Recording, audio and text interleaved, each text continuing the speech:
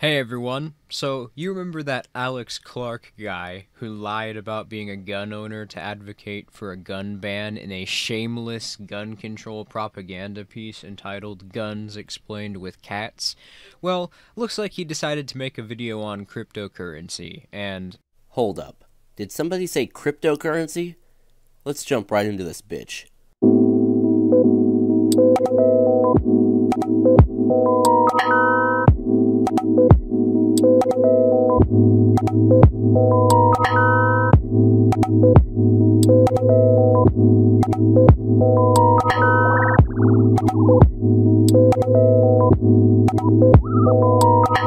Cryptocurrency. You ever wonder if you missed out on your chance with something? Like, I wonder if before Google was a big thing, would I have been smart enough to get involved? And it returns thousands of searches in under a second. So you think that can make me a billionaire? Definitely.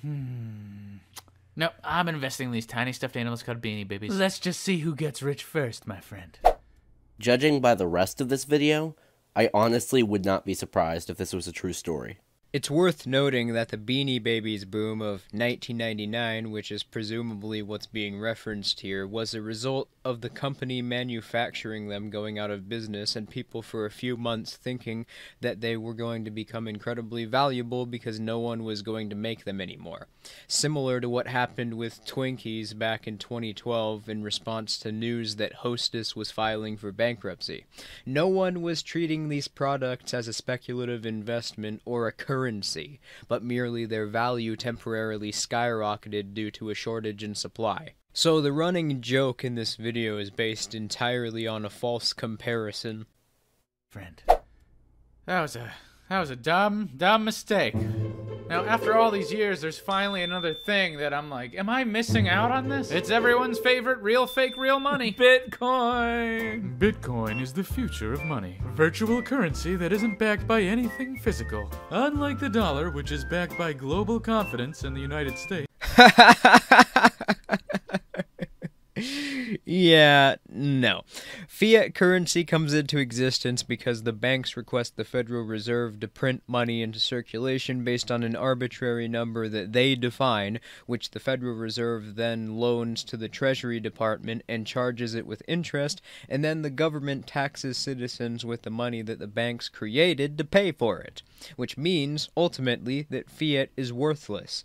And all it'll take for the US dollar to become worth even less than monopoly money is for the government to finally admit that it's never going to be able to pay back the Federal Reserve. It is mathematically impossible for them to ever pay back the Federal Reserve because every dollar that they create adds to the debt. Actual currency, such as Bitcoin, is valuable because it has scarcity and fungibility, which makes it a preferred medium of exchange that becomes currency when its utility exceeds commodity value. Bitcoin is backed by literally nothing. Bitcoin is valuable for the exact same reason gold is valuable. There's only a limited amount of it in the world. Unlike the US dollar, which is backed by absolutely nothing. The U.S. Federal Reserve can and does print as much money as it wants without consulting anybody. This has resulted in hyperinflation and some of the worst market crashes in America's history, such as the 2008 market crash and the Great Depression. Which is why a lot of people are losing faith in the U.S. dollar and are turning to alternate currencies. Also, the notion that cryptocurrencies are not being accepted by world nations is completely disingenuous. One good example of this is that in April 2017, Japan announced that it will finally begin accepting Bitcoin as a legal payment method, and other nations are beginning to follow suit. And he talks about currency as if currency being backed is a good thing. No! The fact that it's backed should indicate to you that something is wrong with it. Because currency, by definition, has to exceed commodity value.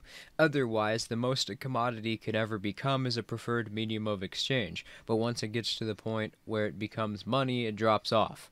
But that's only for people who understand economics, I suppose. And if you think that he's illiterate so far, you just wait.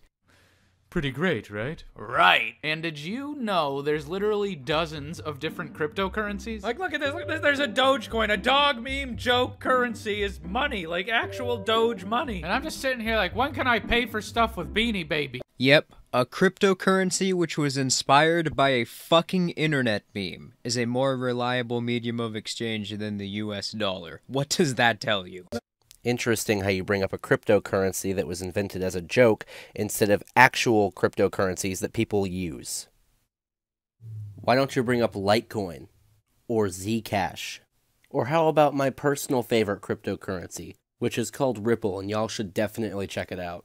That said, it would be really cool to start your own currency, get mega rich off it. I mean, can you imagine? Sorry, Dad, but that $10 check Mom gave me, it bounced. What? $10? Where's your mother? Close the window. Can't believe she gave me $10. Here's a real gift. What's a Clark coin? It's a cryptocurrency started by yours truly. You did this all by yourself? Well, I can't take all the credit. I found a coupon code using the Honey extension, and I got a discount on Jake Paul's Influence cryptocurrency course.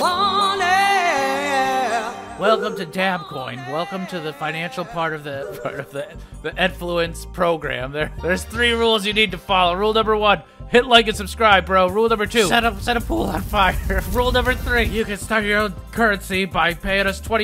That's it. Oh, Dad, that is terrible advice. I know that now, Sean, but I followed it to a T.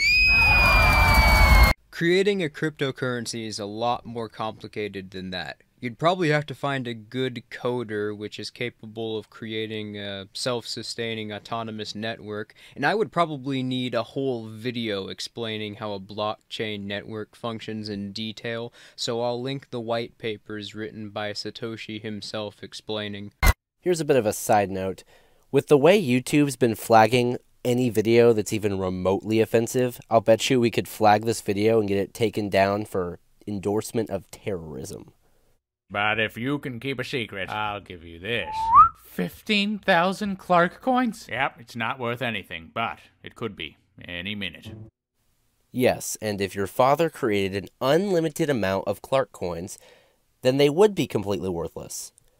Kind of like the US dollar. And that's the problem with made-up money. The price fluctuates so much, you have no idea what it's worth. You can't spend it. Like, how do you cash this stuff out? What, do you go to the bank? Your 15,000 Clark coins work out to $42.78. All right, I'll take it, I guess. Oops. It just went down to 0. No, it didn't. Oh, no, wait. What is it? It's above 30,000. Really? 40,000. Wait. Cash it out. Wait. Cash it out. Wait. What happened? What happened? This is really great. Now you actually owe us $12. Well, which one is it? Is it made up, or does the value fluctuate too much to be viable? And for the record, the reason Bitcoin is currently so volatile is due to its small market size, which means a smaller amount of money can affect the blockchain's network more easily. Cryptocurrencies become less volatile as they gain more active traders. Now here's a crazy Bitcoin story. On May 22nd, 2010, the first Bitcoin purchase was 2 pizzas for 10,000 Bitcoins, worth about $40. Fast forward a couple years, and now that money's worth over $15 million. That's how much they paid for 2 pizzas! That's because the demand for Bitcoin went up. As previously stated, there's only so much Bitcoin available on the market. So, if the demand for Bitcoin continues to go up, so too will the value of Bitcoin go up. So no, he did not spend $15 million on pizza. He spent $40 on pizza, and then the Bitcoin's value went up with time. Serious talks for a minute. One of my first jobs in LA was working for a TV show on Comedy Central. And one day, the executive producer was like, hey, come into my office. I want to give you some advice. I remember being really excited, like, he's going to tell me how to get on TV, how to be famous. This is my big break. And then he just spent 20 minutes talking about how I should invest in things and spend my money wisely so that when I retire, I'll have $15 million. And I'm just like, dude, I'm tapped out. I spent all my invest money on Beanie Babies, okay? Not to brag, but my Chef Robuchon beanies was $7,000. I am sure whatever financial advice he gave you was a lot more valuable than whatever get-famous quick scheme you thought he was going to give you. Yeah, you do strike me as the kind of person who would ignore financial advice most of us could only dream of because it would take time and effort. You also strike me as the sort of person who eats paint chippings off your wall and browses the VG board of 4chan in hopes of finding something that you could masturbate to. But after all these years, he did have a point. So to keep it just really brief, if you invest a little early on and then save and invest more and like save, by the time you're really old, like older than Alex Clark, you could be doing pretty good for yourself. Wow, that is the first time I have ever seen someone use that meme in a way that it didn't work.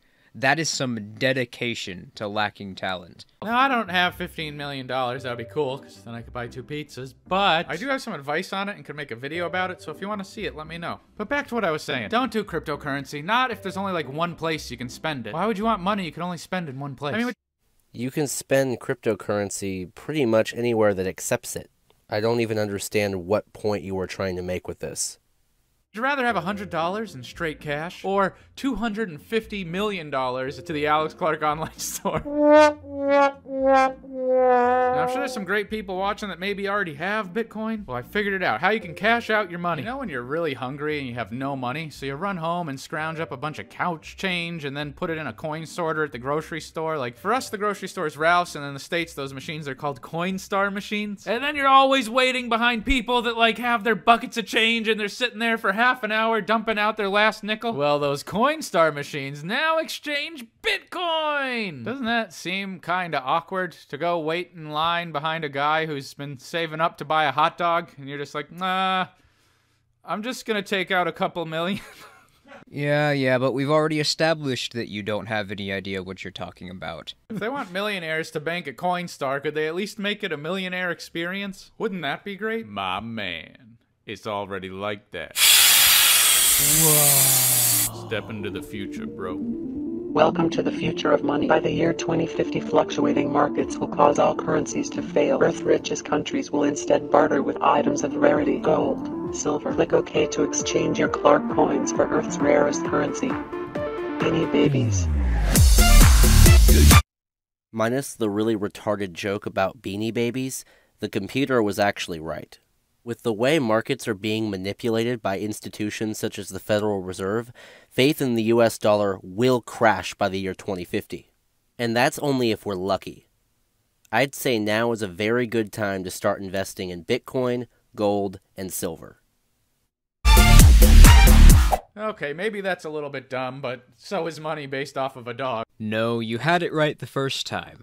Now, many people don't think that this debate over cryptocurrency is that big of a deal, but it's easily the most significant invention in probably all of recent human history because it creates a decentralized competition to the state, which will inevitably innovate the state out of existence.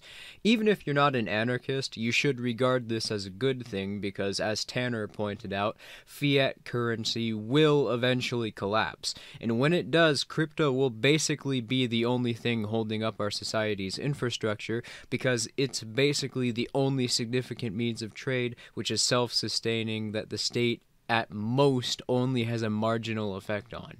By putting out this disgustingly inaccurate misinformation about cryptocurrency, you are not only putting out incredibly bad financial advice, but you are literally harming civilization itself. Hope you all enjoyed this video. If you liked it, please comment, rate, and subscribe. Make sure to check out Tanner Croson's channel, which will be located in the description, and I will see you all next time.